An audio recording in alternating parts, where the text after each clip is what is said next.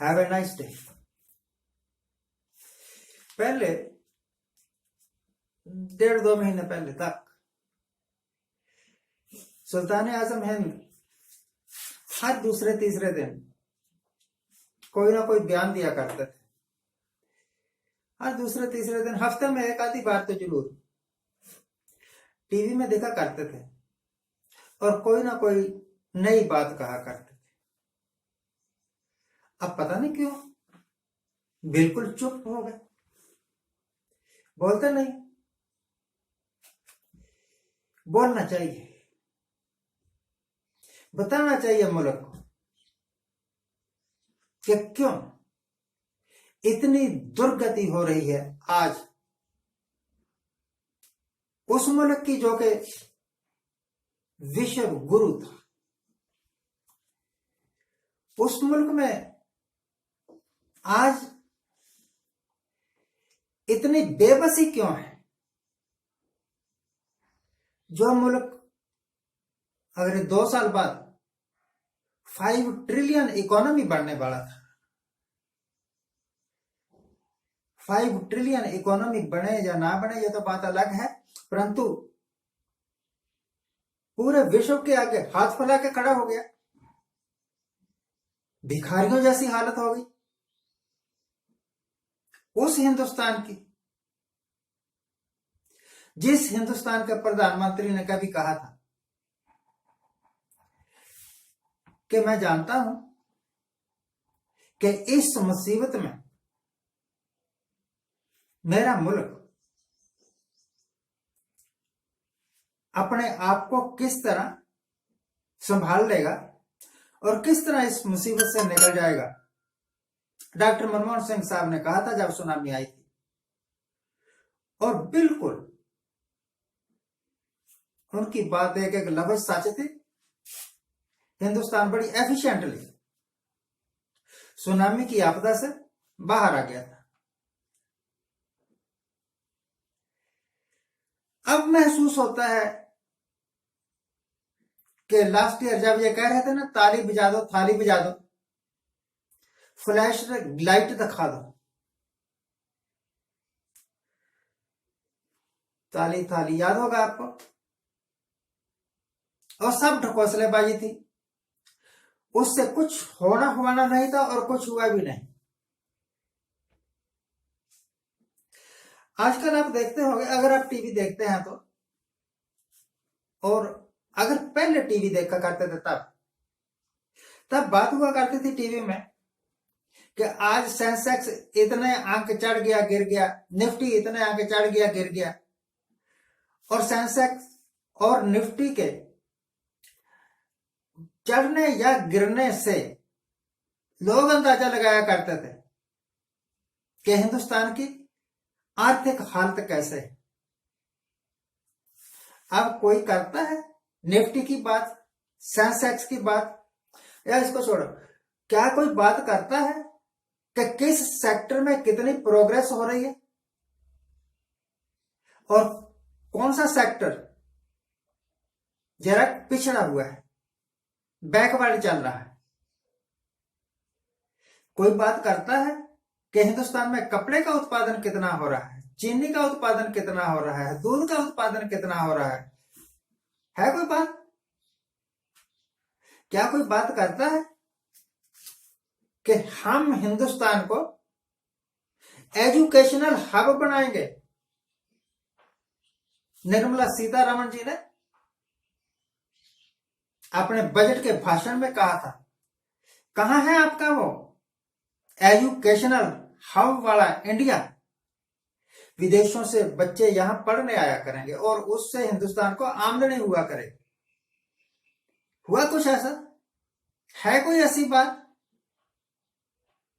कई बार राहत पैकेज दिए गए कि हिंदुस्तान की आर्थिक हालत सुधर जाए।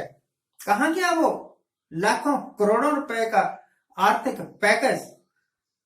हिंदुस्तान की हालत सुधरने की बदौलत बिगड़ती क्यों चली गई? इस बात का जवाब है किसी के पास? इसका जवाब किसी के पास नहीं। सिर्फ प्रधानमंत्री मोदी के पास होना चाहिए, क्योंकि वही तो सारा कुछ कर रहे थे। अमित शाह के पास होना चाहिए, क्योंकि वही तो सारा कुछ कर रहे थे। अगर आपके राज में यह कुछ भी नहीं हो सका, तो आप दोनों को हिंदुस्तान की जनता से माफी मांगनी चाहिए,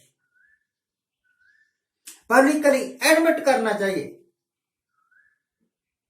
कि आपने जो कुछ वायदे किए थे उनको पूरा नहीं कर सके।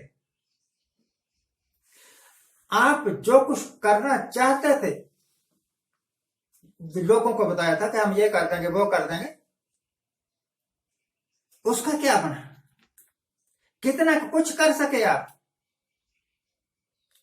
क्यों आज हिंदुस्तान मामूली मामूली चीजों के लिए आवाजार हो गया, मजबूर हो गया? इन सारी ड्रॉबैक्स के वास्ते जिम्मेवार कौन है? आप कहोगे जिम्मेवार वो लोग हैं जो आवश्यक वस्तुओं, सबसे आवश्यक वस्तु ऑक्सीजन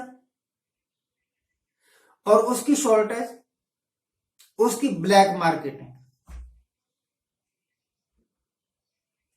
कोविड के इंजेक्शन, दवाइयां ऐसे कह लो, जो कि एक एक टीका 4-5 हजार रुपए का टीका होगा और 50-50 हजार रुपए में बिका। वही अनगिनत टीके पाखड़ा नहर में बहाए गए। किसके राज में और क्यों? क्यों भाई ऐसा क्यों हुआ? आप इलेक्शन में ही व्यस्त रहे और वो भी नहीं जीत सके, और देश मौत के मुहाने पर चला। आज अगर कोविड आउट ऑफ कंट्रोल दिख रहा है, आज अगर शमशान घाटों में रौनकें लगी हुई है, आज अगर कब्रिस्तानों में जगह कम पड़ रही है, तो इसके वास्ते जिम्मेवार सिर्फ आप हैं। क्योंकि हिंदुस्तान वासियों ने तो हिंदुस्तान की बागडोर आपके हाथ में दे दी थी। आप क्यों नहीं कर सकते? अगर आप कुछ कर ही नहीं सकते थे तो आपने राज संभाला क्यों? क्यों एक त्यागी आदमी की तरह क्यों नहीं कह दिया कि भैया ये काम मेरे करने का नहीं है, आप कोई कर लो, हम तो चले अपने गांव, हमारी सबको राम राम।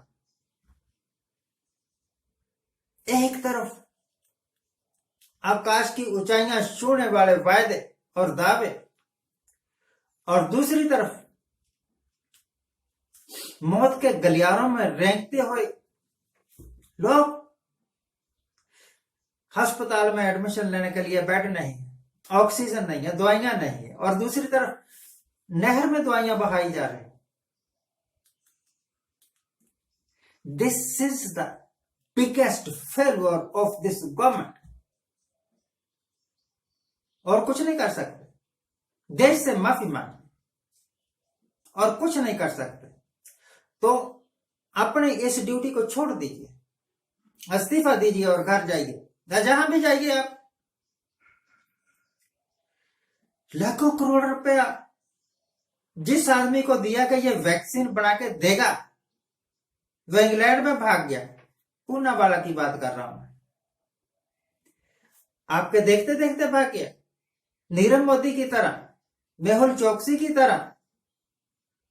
क्यों भाई? जब हजारों करोड़ रुपया आपने उसको पेमेंट किया तो भागने क्यों दिया?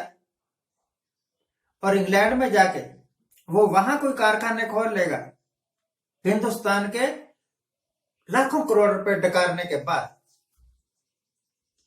क्या सारे गद्दारों को शेल्टर देने का ठेका आपने ही ले रखा है?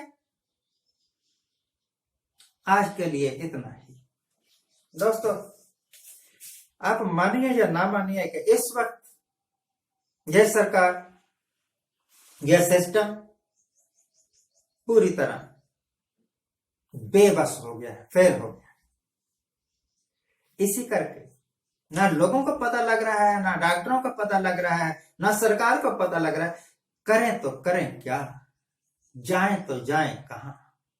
आज के लिए इतना है। आज जिनका जन्मदिन है उनको हैप्पी बर्थडे, आज जिनकी मैरिज एनिवर्सरी है उनको बहुत बहुत शुभकामनाएं। सदा सुखी रहिए, आनंद प्रसन्न रहिए।